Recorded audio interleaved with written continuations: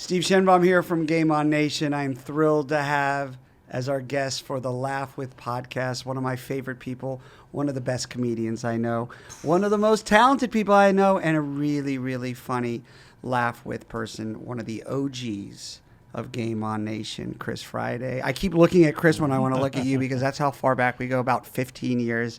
This is the Laugh With podcast, Laugh With Chris Friday. I'm glad you all are joining us. Chris. That's a lot of pressure. Well, I like to raise the bar really high. Yes. Because the more duress we're under, the funnier we are now. Right. Chris, speaking of laughter and joy and the fact that you've been a driving force in the joy and levity and laughter of Game On Nation, what's something that's made you laugh recently? I was thinking about this. Yes. So I have two daughters. Okay. And my youngest one is getting into like theater, right? Mm-hmm. Oh, she also loves to hear stories about things that dad did back in the day that make her laugh, right? And so we were talking recently about just there's moments where when you're on stage, things happen, right? And you just kind of have to embrace it and go along with it. So my very first professional acting job, I was working at a dinner theater in Tampa. It's not there anymore. I think it was called like Stage Door Dinner Theater, which I think they're all named Stage Door Dinner Theater probably, right? And it was like this 1940s style review show. I think lots of like big band type of music. And I had a friend that I was talking to, as the kids say, that was in the audience. And so I was determined to go full out hardcore in the show. Yeah, you want to impress. That's exactly right. You want to impress. So at the end of Act 1, there's a dance break. And then we go off and people go to the bathroom, whatever. And so there was a moment where there was this lift in the show. Where I had what's the worst that could happen? So I'm supposed to like reel the girl in and then pick her up, and she does this like kick thing in the air, and I'm like, all right, I'm going to impress in this moment. I'm gonna really just like lift this girl like she's never been lifted before. And so I go to prep, I bend down to prep to get a good lift to get her basically to the ceiling. And when I do that, her mic pack on her back catches the button on the front of my pants and rips it off. Whoa. And so I had to do the rest of the dance break trying to dance full out and do my skits and bits.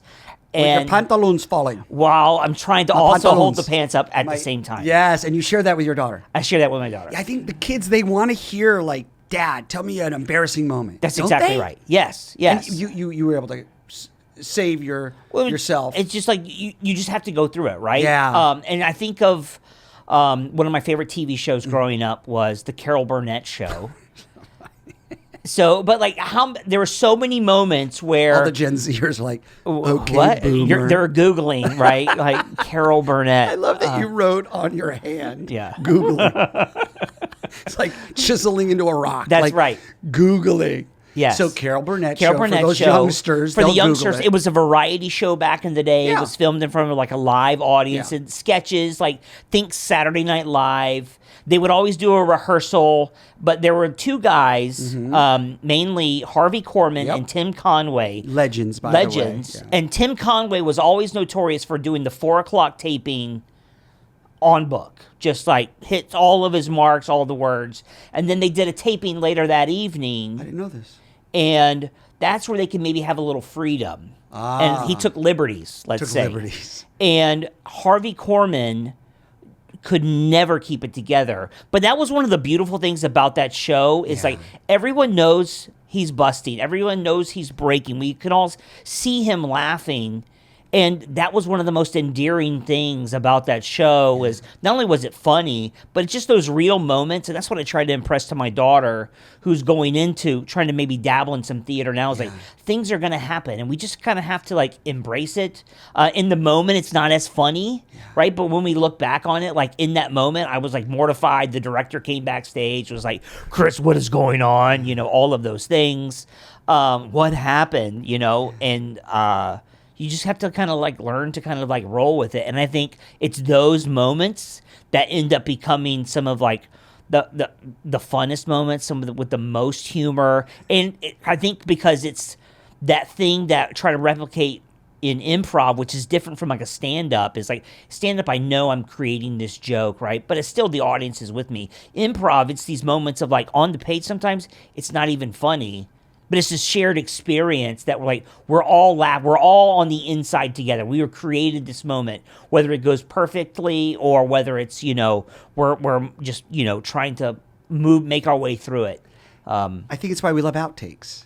We do. I think, and I want to go back for a second. I also want to tee up because I gave you this grand opening, but I didn't also make it clear. Chris is, I love that I'm saying Chris is as I look at you, right. Director of Curriculum. So a lot of what you're focused on is to take our improv exercises, take concepts, and take our engaging techniques and incorporate them in to our curriculum so the audience not only cares about what we're saying, but remembers it. That's right. And leaves with takeaways. So I just want to set that tone, but I want to go back because I knew we would chop it up without a ton of framework. Is this idea of your daughter, and my daughters too, I have two, and they ask the same questions. They're like, Dad, tell me an embarrassing moment. Right. And I think that it's maybe an indirect way of trying to humanize someone because they'll say like, hey, what were some neat things? But they never say, Dad, tell me your most epic achievement. That's right. Because yes. it's just not as natural of a question as like, what was something that occurred that was embarrassing or made you human? And I think that's why we like outtakes, because in outtakes,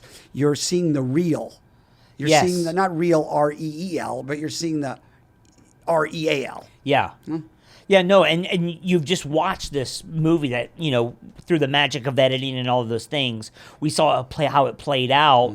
And so we enjoy some of those outtake moments because oftentimes they revolve around moments that made us laugh in the movie. And sometimes it's just funny to know, like, this character can't keep it together. Like, there's an episode of The Office that's one of my favorites. And it was during, like, the episode where Michael Scott is playing, like, he's doing a character called Prison Mike. I don't know why I'm doing this, right? And so Chris air quoted. Yes, I'm air quoting. So if you've never seen that, I recommend go checking it out.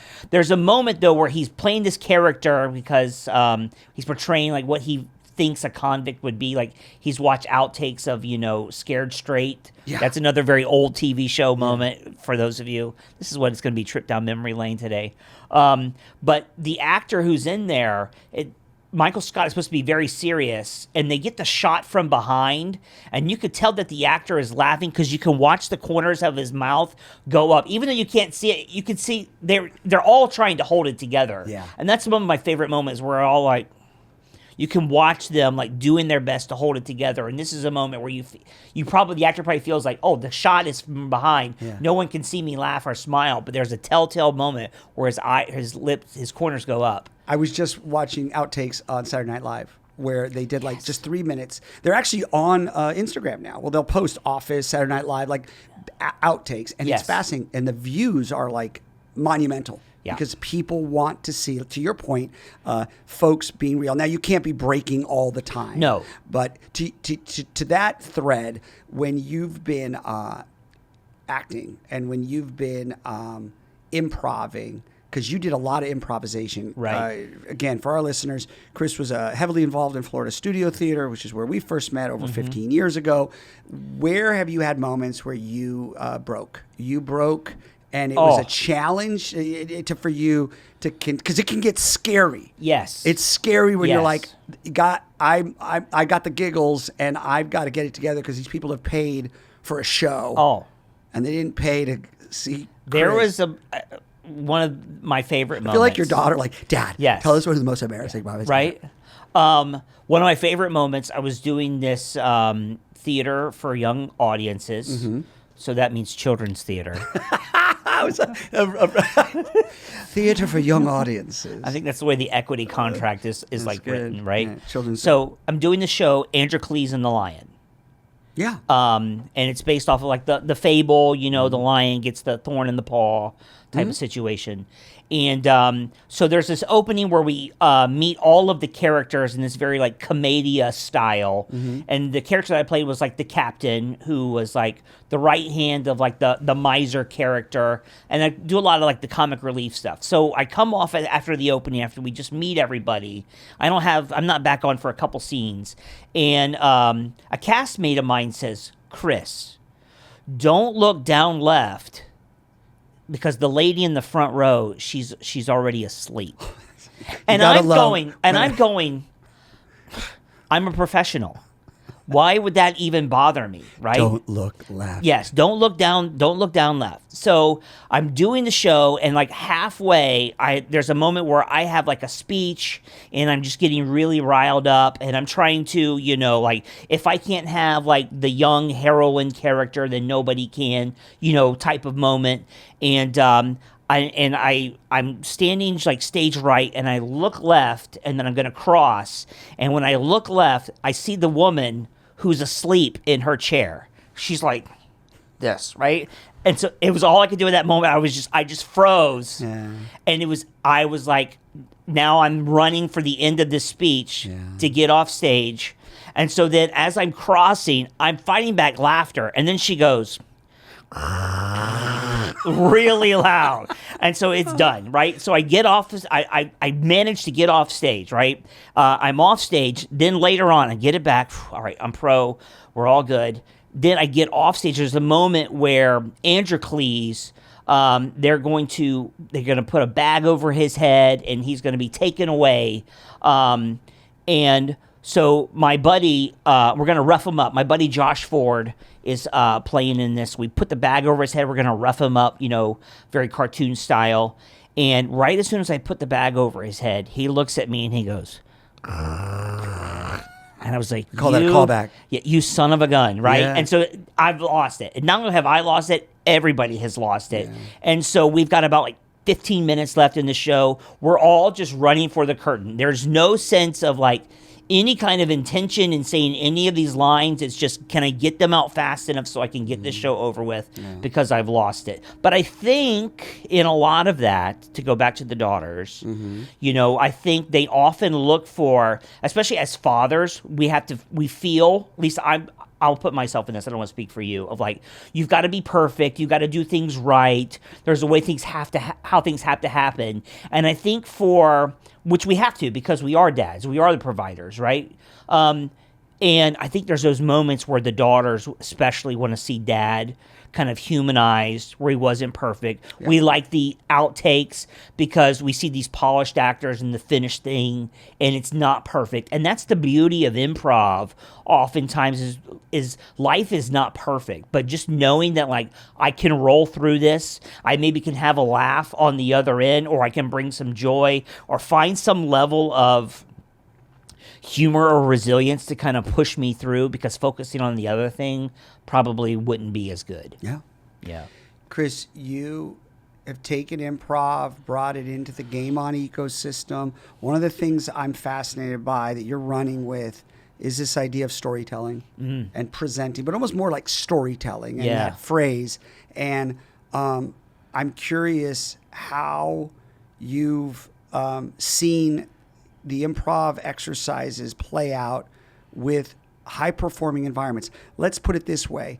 There are audiences that on paper you would think they're not going to vibe with storytelling technique. Right. We're talking about folks that are like high level in our military who kind of literally go downrange, or your hardcore executive accountant at a Fortune 50 company, or even an elite athlete, all audiences you've worked with. Yes. But you found that storytelling is actually profound for them. Some highlights, some moments that have stood out where you've stepped back in the last couple of years, having taught in the pro sports space, the military space, and the corporate space, and you've thought to yourself, wow, this stuff is not just for actors. Yeah, well, first and foremost, I would say, like, I think we're all improvisers at heart. We're all storytellers at heart. And the unique thing about like storytelling is it like brings people together, especially if you're with your crew or you're feeling kind of like in that moment there, being able to share that story that kind of like brings that connection to bear. And so I think, though, oftentimes in some of those environments, we think about storytelling, we think whether it's humor or elements of like vulnerability, we feel like that doesn't belong.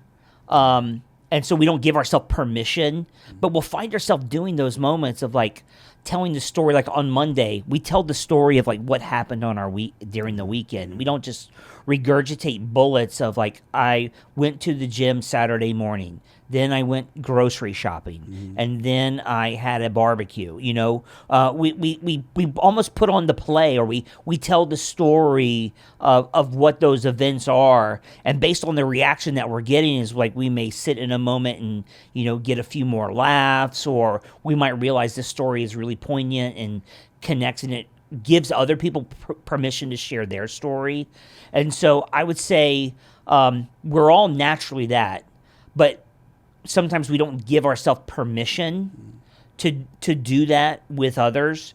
And so the wonderful thing is for this last kind of season with Game On, as we've gone in this journey of storytelling and adding some of those elements to how we present and engage, is really just helping to build that sense of confidence and also giving folks structure so they understand what goes into a good story, where are there moments where I'm naturally doing this, what are some other tools that I can add to the toolbox, so to speak, just really to engage the audience. And that's really all we're trying to do, is we're trying to really utilize story to move an audience, not just intellectually, but from like the heart inside out. And that's, since time, that's how lessons were passed down through story. That's how remembrances came through story. And so if we just tap into that's really already a part of us, then we can move an audience in a real meaningful and dynamic way. So without naming names, what are some moments in the last couple of years where you've sat there as an instructor and said, wow, this person just shared something that was humorous and moving, and what were some of the things that they incorporated to like get there?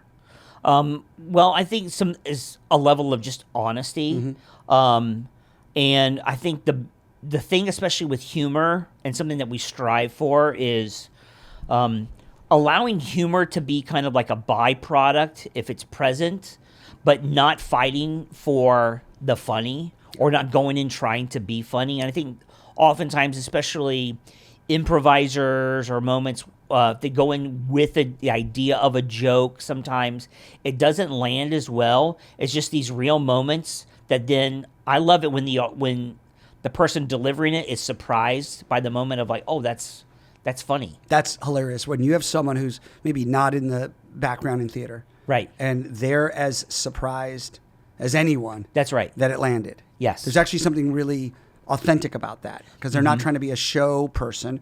They're just sharing something, and it's not a set-up punchline joke.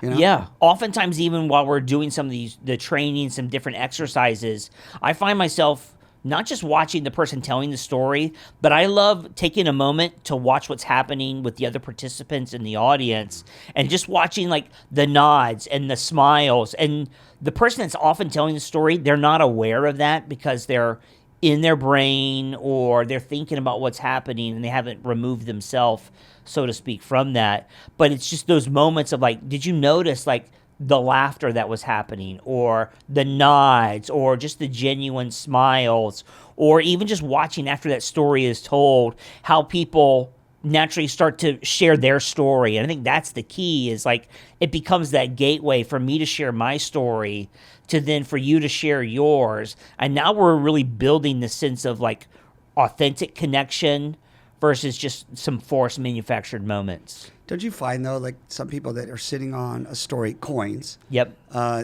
They just don't maybe see the value in it the way others do. It's I almost think you get too close to it. Yeah. It's, I know when we were used to be back at IMG back in the day, and you'd see like some of these kids, they could speak like 5 and 6 languages. They'd be like, it's not a big deal. Yeah, and it's not a big deal. Like, and you're going like, that's pretty amazing. I would be speaking in all 5 languages if I spoke 5 languages. Yeah, I would like have a lead with T-shirt. 100%. I speak languages in 5 different languages. Please ask me about the 5 languages I speak. That's and I would have exactly them in right. the 5 different languages. Yes, I barely speak one. And these kids would be like, is that a big deal? Yeah, You're like, yeah, huge. that's right. Because it's like a yard sale. You have these things that you've lived with all your life, and you put them out and you put 25 cents to it. And sometimes they are just 25 cents. And then sometimes you realize you just put 25 cents to your, like, an heirloom. That's right. And then I'm watching Antiques Roadshow, another old show. And, I love the reference. Carol Burnett. Yeah. Office, Antiques Roadshow. We'll try to see how many television references. I love that game. Oh, you will. You'll play it. We'll be playing it while we do this podcast. That's exactly right. So you incorporated this idea of artifacts, and I'm fascinated by it. You know, Mm-hmm. with storytelling, Chris has been leading this facilitation with storytelling and next level presentation, where you've asked high level military personnel, CEOs, Mm-hmm. elite athletes to bring in an artifact. Talk a little bit about what you've seen when people connect to a real. Tangible, as my daughters would say, literally. Yes, literally. But like when they bring things in, maybe some things that you've seen them bring in, and why we are able to connect with something like that in such a meaningful way. Yeah. I love that's one of my favorite things that we do. Yeah. And, I love it when it's, ordinary, mundane things or things that we might look at and think of like, this is just an ordinary thing. Sometimes like there's different, whether it's different coins or plaques. I mean, that already has a certain level of value or perceived value that we would see right in it. But I love some of the moments where we've just had like a person bring in a hat. Yeah. Like it's the hat sitting on their desk means nothing. And then all of a sudden, they tell that story, and like the hat has been on the journey that they've been on. That was one of the powerful moments where I had a gentleman bring in his hat, and the hat had been on all of the deployments. And so he started talking about the hat, and then it quickly changed from talking about the hat to talking to the hat. And the hat became, like, if you were to write this, like, this is one of those happy accident moments where, like, I'm going, like, this would be brilliant in, like, a play or a monologue type of show. But then he started talking about the hat, and then he left the hat and was talking to the hat. And the hat was a representation of himself. And he was saying things like, I would tell the hat it's worth it. He's telling all of these different things and experiences. It's almost like he's trying to share that and share like my past self. I wish I could go back and, impart this wisdom to myself. And they finish that run, and it's almost like they come out of a spell, and they're like, was that okay? That's right. And the audience, or in this case, your scenario could be high-level military personnel, like maybe there's 12, 14 people in the room, and everyone's just in awe, right? That's right. But the person that told that story doesn't even realize the impact they made, which I think makes it even more powerful because there's not a sense of, look how great I'm doing. Yes. That's exactly right. And, you really see it play out because when we, that training is a full day training.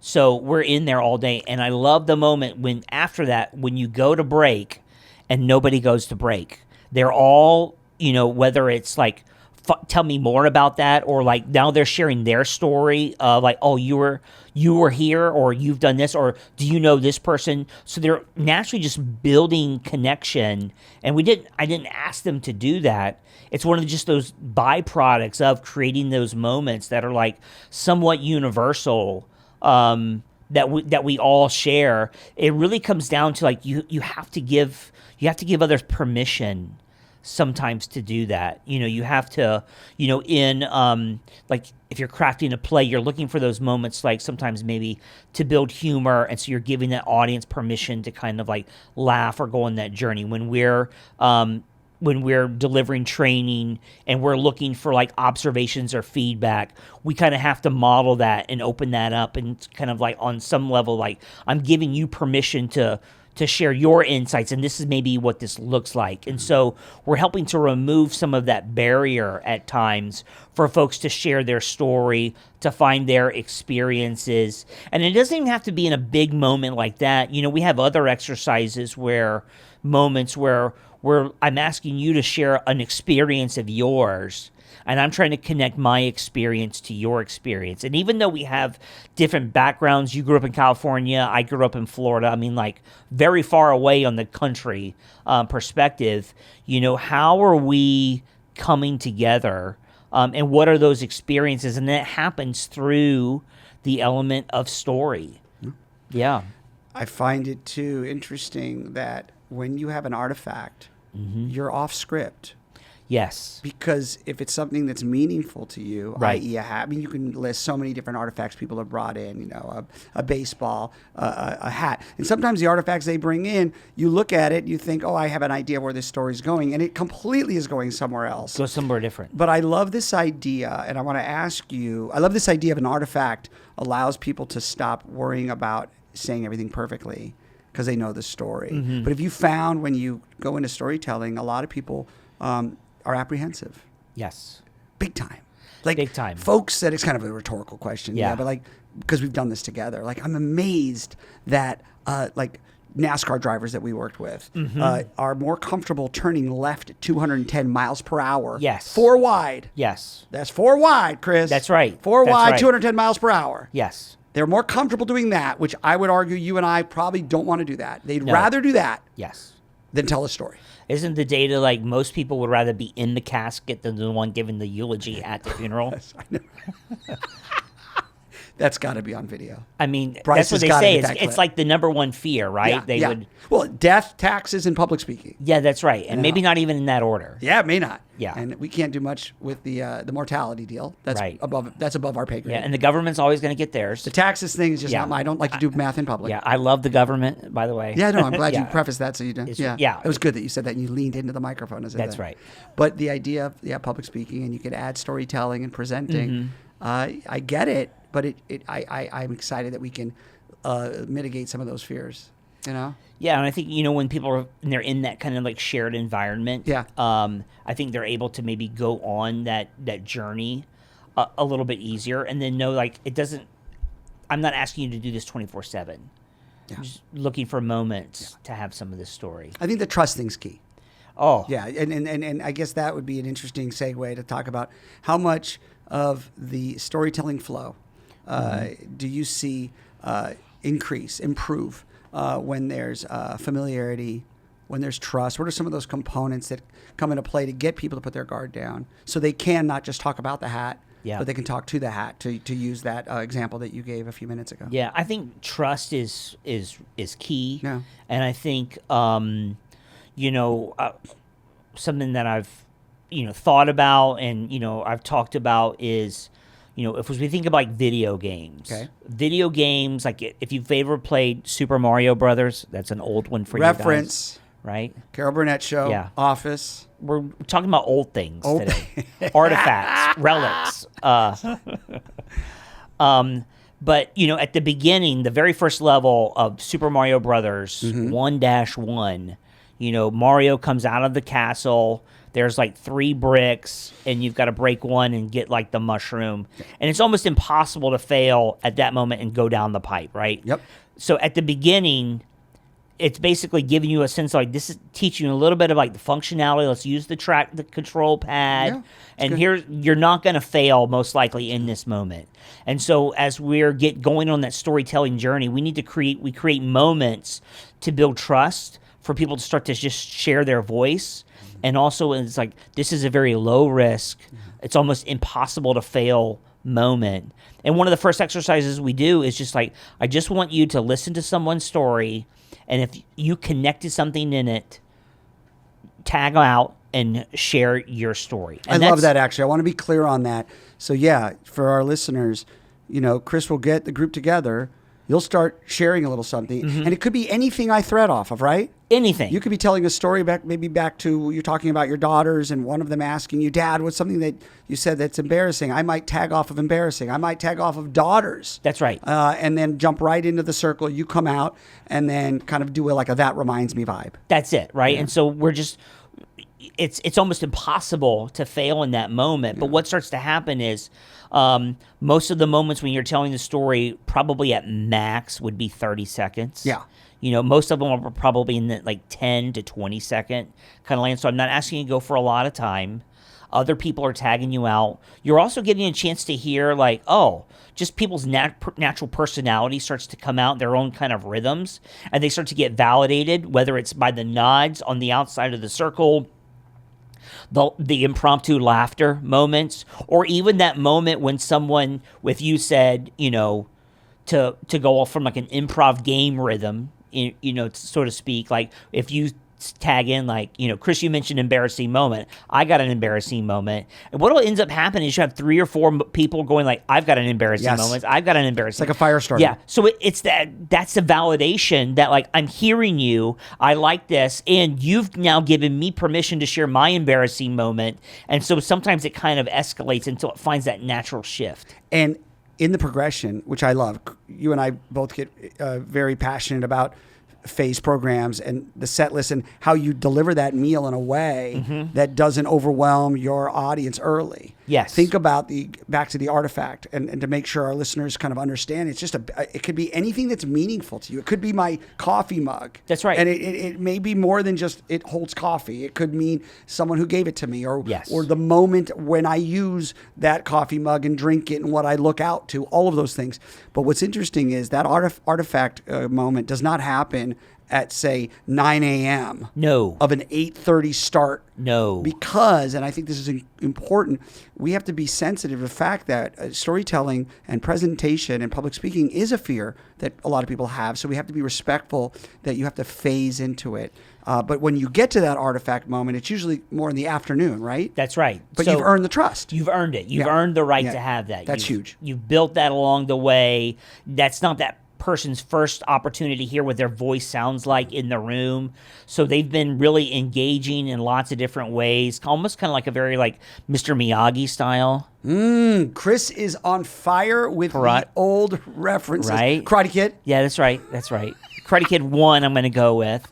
It's like you're washing cars and you're painting the fence. You love that I'm doing the physical. No, I love that every time you mention, you look to camera, which is great. I want to make sure that they are right along there with me. You're I love those drops. Yeah. I want 3 more before we land this plane, by the way. There's no pressure. Extra pressure. There's no pressure. Right. But that moment where you think I'm doing X, right? And then all of a sudden you're actually learning all of these tools so that by the time you get to this storytelling moment, you've had so many experiences, you've had so much validation, you've gotten understanding of different tools and techniques that we can use. So then it just becomes about, which maybe is the easiest, but also the hardest, is just to be present. Yeah. And trust the story that you're telling. The word that hits me, and we don't talk about this a lot, but it's like untethered. Yes. But you don't just jump out there and just cut the line immediately, but eventually there's beauty. And we want framework, right? We want framework. We want structure. It definitely helps. Yes, but once you understand the framework and structure, yes, then there's this beauty in someone standing up who maybe hasn't been encouraged as a presenter or a storyteller. Maybe their gifting is elsewhere. It could be they're like an elite logistics operator who's now helping secure the security of our country. That's powerful. Or one of the top executives at an accounting firm. Those are giftings. But usually those people that go down that track, they're maybe not being validated like you and I were on maybe our presentation skills. That's right. Or they haven't had a lot of experience on stage. And then you find when those brilliant, smart, kind people who haven't had a background in theater get up there, they really shine. And I would say it's not even just like they haven't been validated. It's probably sometimes with some folks, it's on the other end of the continuum where they've actually been told you're not funny or you're not good at presentation. You shouldn't do this. You shouldn't tell a story, And so it's pushed them into this very regimented, structured kind of way to engage, or they're overly thinking and it just rings as inauthentic.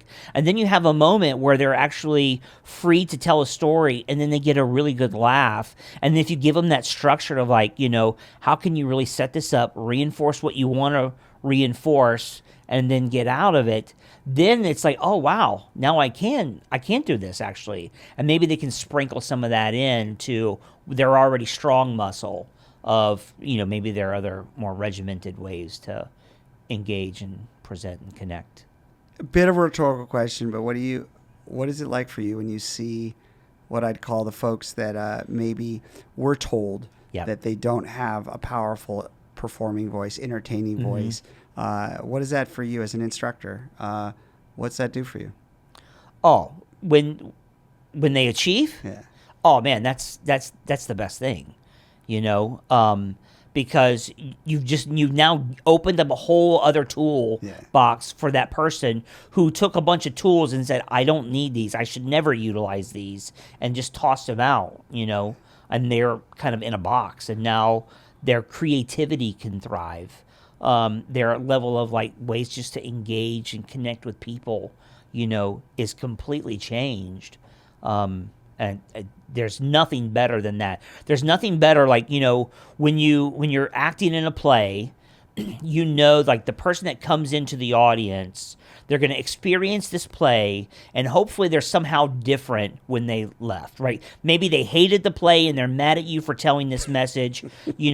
That's fine, but they've had some sort of a reaction to it. And I'm not saying just to be purely provocative in that kind of a way, but I know that whenever they come into the storytelling and presentation class, I know they're going to be different when they leave. I don't exactly know how. They don't even know how. My job is to really give them some tools, put some breadcrumbs down to lead them on this journey, and then hopefully help them discover what those growth points are. Even if it's just they went and told their artifact story, and then now encouraging them, when you go into someone's office, there's artifacts everywhere. And so how can you maybe now share a little piece of a story of you to then encourage that person that you're meeting with, whether it's in a business or a professional or personal sense, to now share what the story of their artifacts, because we have them all over our desks. Things that our kids made for us, or awards, a pen, I've got a knife, picture on a picture. That's it. It's amazing when you see these audience members who have really leaned on script. And I get why. I get why too. And if I went into a math class, I would be leaning on a script because it's not my comfort zone. And then have them step out of the script and trust, back to the untethered, and trust that they know the story about their hat. Because it's their story. Yes. And then they share it, and you watch this confidence grow, and you watch them realize they're not worrying about every single word they say. They almost come out of it, and it's like this kind of, how long was I out? It's like they wake up out of it, and the audience is just in awe. It's fascinating. Well, even in that moment of we've worked with draft folks, right? Yeah. And they're trying to tell their story at times. Sometimes they've been, whether they coached or just the nerves of it, it's almost like they don't even know who they are. It's like, my name is Chris. Well, they don't understand their value because they've been maybe overvalued, or they've been sort of a recipient of idolatry. And so these elite athletes have been known so much for their athletic achievement. Right. And yet they are sitting on so many other things that are of value. That they're going to put a 25-cent price tag on because the world has put a $1 million price tag on their athletic achievement. And that's why I love when we can see these elite anyone. Yes. All of a sudden realize, wow. Or they feel like they have to be scripted. They have to I have to memorize the script on my life. And it's like, no, you know your life. Let's hit some of the bullets that you feel like might connect with this particular audience. but I'm not going to hand you, your own, intro bio You know for you it. to memorize. You know it. You've lived it, right? So look for those moments to kind of share and connect. And what the nice thing in the storytelling moment that happens is not just as the storyteller, but because you're coming at it from this very improvisational way, there's moments where you're now guided to like think about what is the audience and what are they responding to, and how am I handling that reaction and inviting them in to the story with me. And that becomes that powerful way of like, I've got my story, I've got that technique, but now I'm also able just to connect with people in a real way, and I'm able to pivot and adjust to make the best impact. I love it. So, big takeaways. Mm-hmm. For you, what would you share, that is tangible, that's practical, Right. that's accessible? Yeah. Just, not to be some epic orator or to get the TED Talk tomorrow, which, by the way, those are fine, but I think that's where we default to. Yeah. Like storytelling, it's the person who's running the master class. No, Yeah. it's not exclusive to the person that's doing the TED Talk. Right. Some takeaways that our listeners can run with so they can improve their storytelling and feel empowered with their voice. I would say like the first thing is like realizing that everybody has a story. Yeah. You have a story. I have a story. The people that I'm engaging with, they all have a story. And no story, no background is lost or wasted. I had an acting teacher that would constantly say that. No background is lost or wasted. So all of our experiences that we've had up to this point have value. And so, just like we were talking earlier, maybe about that young boy or girl who might speak 5 languages, but they're so close to it, they devalue that. Everybody has a story, and no story is lost or wasted. So, I would encourage people just to start to think like, what is my story, and how can I connect with others first and foremost, and then how can I utilize my story to help get permission and build connection with others to share their story. I love that part, Chris. 'Cause I think it's not just a monologue; it's an opportunity to Yes. then, like you said, when someone mentions early in storytelling training their story, and people say that reminds me. It's a ripple effect. That's it. It's a multiplier. Yeah. I love it. Last reference to one more show. Okay. We had Carol Burnett. We had The Office. I know I'm putting you on the spot, but I'm giving you time right now, that's bro. right, you are. Carol Burnett, The Office, Karate Kid, #1. Yes. Yeah, you had not Donkey Kong. What was Mario Brothers? Mario Brothers. I like Super that Mario one. Brothers. Super Mario Brothers. Yes. Which, by the Although way, Mario was featured in Donkey Kong. okay, I didn't know that. I think it was originally called Jumpman. Jumpman. What's another? What's maybe one more show that impacted you as a comedian, as a curriculum designer? Oh wow. That's I'm just saying, we could cut this out. We could edit this. I got an editor. well, I used to love like Looney Tunes. And so there's moments where Bugs Bunny does this really, really I well. love that we're ending with Bugs Bunny and Looney Tunes. Just the name, Looney Tunes. Looney Tunes, right? I loved it. Go. He would be setting up Daffy Yeah. or setting up Yosemite or whatever, Yeah. right? And he would always have this moment where like He being Bugs Bunny. He being Bugs Yeah, I just Bunny. wanna I be think clear. of like if you've ever seen that one where like duck season, wabbit season, duck season, wabbit season, wabbit season, duck season, Yeah, right? and they, like, do the they go back back and and forth, forth. right? And to see who one gets done in by Elmer Fudd, right? Yeah. And so there's always that moment where Bugs Bunny, he would just like do a take to the camera, like watch this. He'd break the fourth wall. Yeah, he totally And would. as kids, we thought, Yeah. you just entered my living room. That's right. Yeah. Take a beat. And like just that right there is having a moment of pause to let the audience catch up with you, or let the audience come in like, watch what I'm going to do now. I'm making sure you're right here with me before he moves into that next beat. That's a huge lesson. That's a free acting lesson for y'all, is to like don't be afraid of like the pause to take a beat. But ultimately what you're trying to do in that moment, I'm trying to bring people in. And with our story, that's what we're trying to do. We're trying to bring people in. It's like, some people say you can't go home, right? But some people just say like, welcome back, right? It's like, when can I come back? I want you to come with me on this journey here. And so that would be that'd be something I would think about. If I could throw one more takeaway thing Absolutely. is in the storytelling connection, whatever, don't fight for the funny. Don't look for moments to where you're just trying to like tell jokes. Like that really just happened, and it's okay. But we're looking for those moments of like where we're not trying to just be funny. We're just trusting that like what we show up with is enough. People will connect to it, and if people enjoy it, we'll laugh and celebrate with them. I love it. Celebrate you, brother. Thank you, sir. Chris Friday. Laugh with Chris Friday. This is Game On Nation. You can check out the podcast where podcasts can be checked out. Do you like how I did that? Yeah.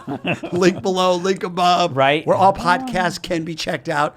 You can check those out. Brother, I appreciate you. Love you so much, man. Thank you for being a part of Game On Nation for Thank you, over sir. 15 years. And I love that we ended with a reference to Looney Tunes. Yes. And the pause and the look come back. Awesome. Well done. All right. All right. Game On Nation. Laugh ya. with Chris Friday.